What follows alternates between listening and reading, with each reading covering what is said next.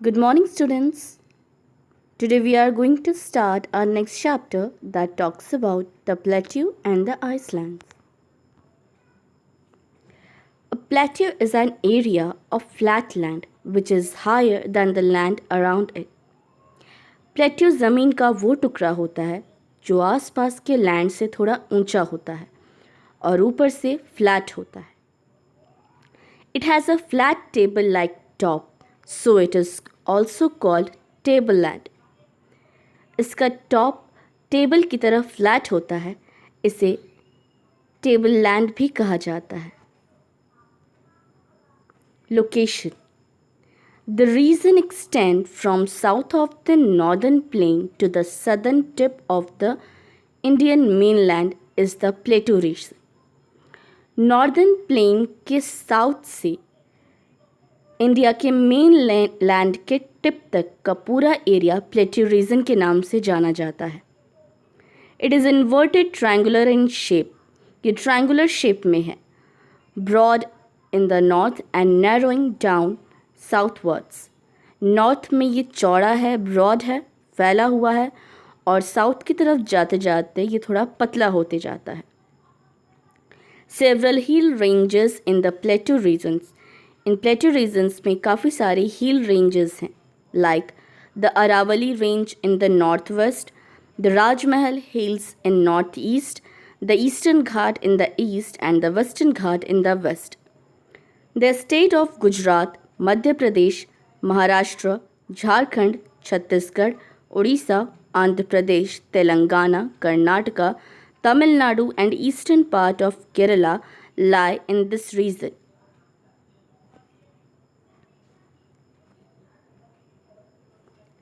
The Central Highlands. The Central Highlands include two main parts, the Malwa Plateau and the Chota Nagpur Pathar. Central highland के हिस्से को दो main भागों में बांटा गया है. पहला है द मालवा प्लेटो और दूसरा है छोटा नागपुर प्लेटो. The Central Highlands are good for agriculture.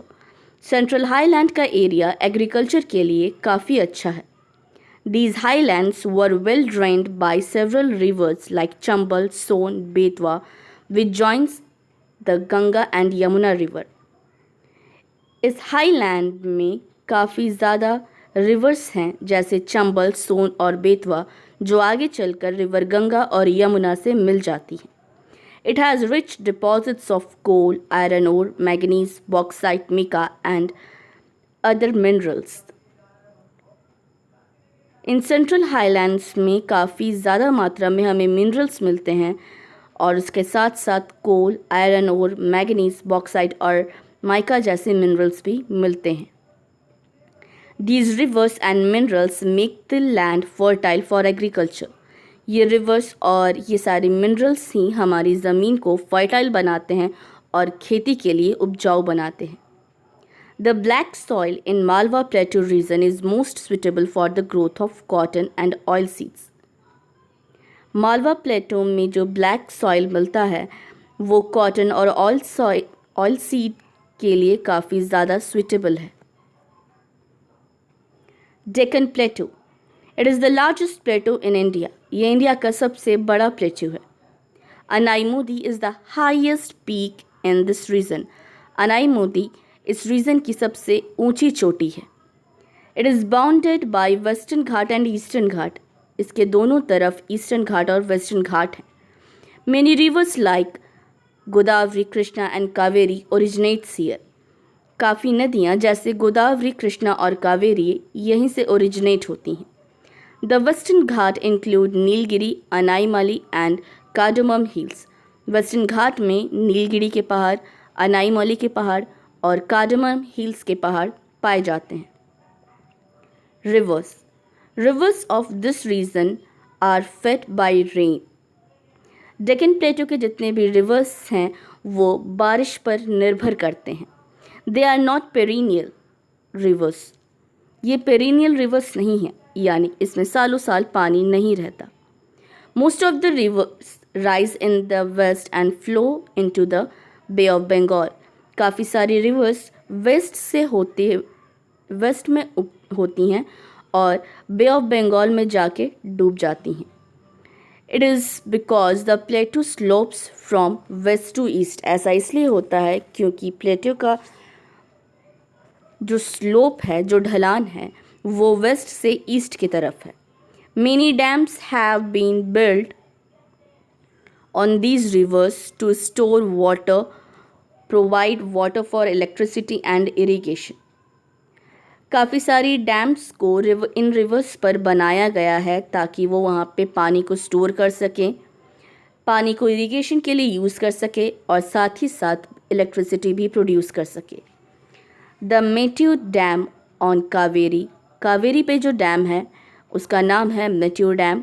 Nagarjuna Sagar dam on Krishna and Hirakud dam on Mahanadi are some of the important dams.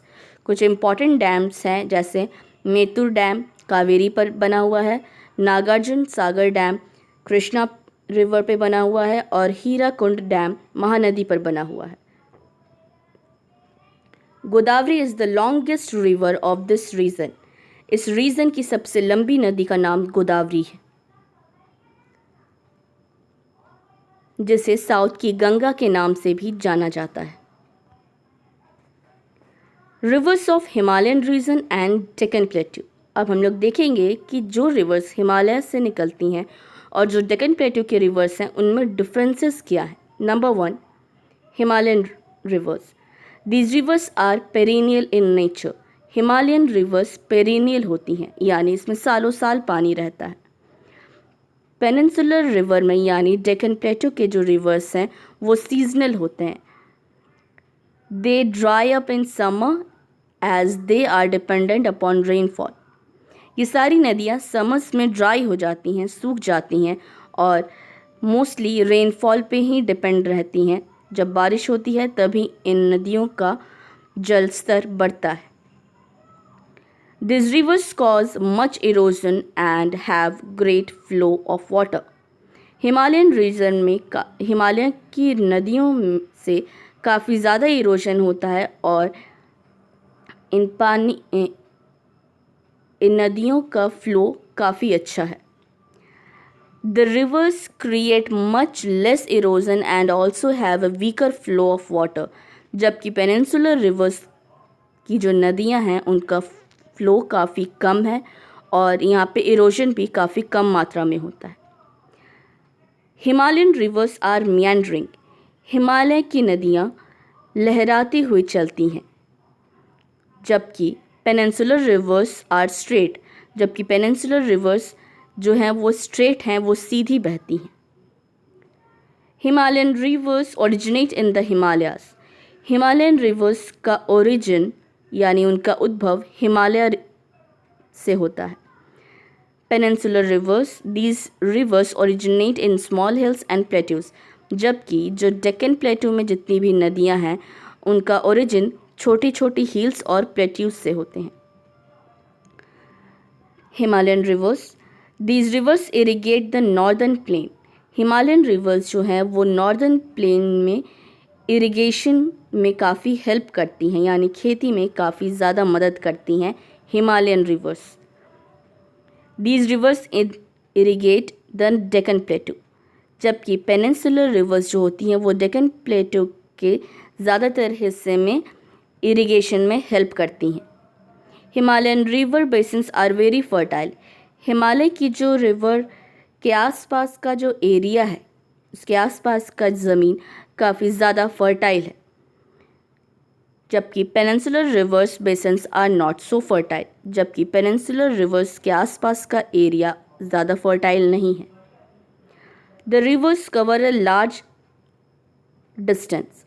Himalayan rivers जो हैं वो काफ़ी लॉन्ग डिस्टेंस कवर करती हैं, जबकि पेनिनसुलर रिवर्स काफ़ी छोटे डिस्टेंस को कवर करती हैं। The Ganga, Indus and Brahmaputra are the major Himalayan rivers. Narmada, Tapi, Mahanadi, Godavari and Krishna and Kaveri are the major peninsular rivers. Himalayan rivers की मेन नदियां हैं गंगा, इंदस और ब्रह्मपुत्र, जबकि पेनिनसुलर रिवर्स की मेन नदियां हैं नर्मदा, तापी, महानदी, गोदावरी, कृष्णा और Kaveri. Climate, The Malwa Plateau experiences pleasant climate because of its elevation. Malwa plateau का क्लाइमेट काफ़ी प्लेजेंट यानी काफ़ी सुहाना रहता है. In other parts of these regions, the summers are hot and dry and winters are cold. जबकि इसी रीजन के कुछ एरियाज़ ऐसे हैं जहाँ पे समर्स काफ़ी हॉट और ड्राई होते हैं और विंटर्स काफ़ी कोल्ड होते हैं. Life in the regions. Farming is the main occupation of people. यहाँ पे फार्मिंग लोगों का मेन ऑक्यूपेशन है, मेन काम है. Farmers grow cotton, oil seed, rice, millets, groundnuts and sugar cane. The slope of Nilgiri hills are used for cultivating teas, coffees, pepper and cardamom. Nilgiri के पहाड़ों पर चाय की खेती, कॉफ़ी, पेपर और कार्डमम की खेती होती है क्योंकि उनका ढलाव है. इन पहाड़ों पर ढलाव के कारण इन सब चीज़ों की खेती वहाँ पे होती है. They have thick forests which provide woods, fruits and medicines. इन पहाड़ों में काफ़ी घने जंगल भी हैं जो इन्हें लकड़ियाँ, फ्रूट्स और काफ़ी मेडिसिन्स भी प्रोवाइड करती हैं. The islands of India.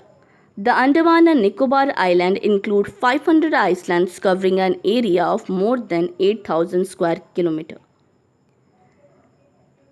Andaman and Nicobar island 500 islands को मिलाकर बना है और ये 8,000 स्क्वायर किलोमीटर के एरिया में फैला हुआ है. The capital of this island is Port Blair. इस आइलैंड का कैपिटल पोर्ट ब्लेयर है.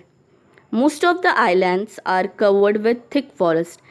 इस आइलैंड का मोस्टली हिस्सा घने जंगलों से भरा है. Only a few islands are inhabited where tribals live. केवल इस आइलैंड के कुछ ही हिस्सों में ट्राइबल पीपल्स यानी वहाँ के लोकल लोग रहते हैं. The barren islands, India's only active volcano, is located in the East Andaman. India का एकमात्र एक्टिव वॉल्केनो जिसे बैरन आइलैंड कहा जाता है वो ईस्ट अंडमान में लोकेटेड है. Farming and fishing are the main occupation of people. यहाँ पे लोग फार्मिंग और फिशिंग करते हैं. Some peoples also make shells and wooden handcrafts. कुछ लोग यहाँ पे शेल्स और वुडन हैंडक्राफ्ट्स भी बनाते हैं. Lakshadweep Island is the smallest union territory of India with its capital Kavarati. Lakshadweep India का सबसे छोटा यूनियन टेरिटरी है जिसका कैपिटल कवरती है. It is group of 36 islands that covers an area of 32 square kilometer. ये 36 आइसलैंड्स का एक ग्रुप है जो कि 32 स्क्वायर किलोमीटर के एरिया में फैला हुआ है. This group of Iceland is composed of coral deposits. ये द्वीप कोरल डिपॉजिट्स पे बना है. कोरल डिपॉजिट्स का मतलब होता है जब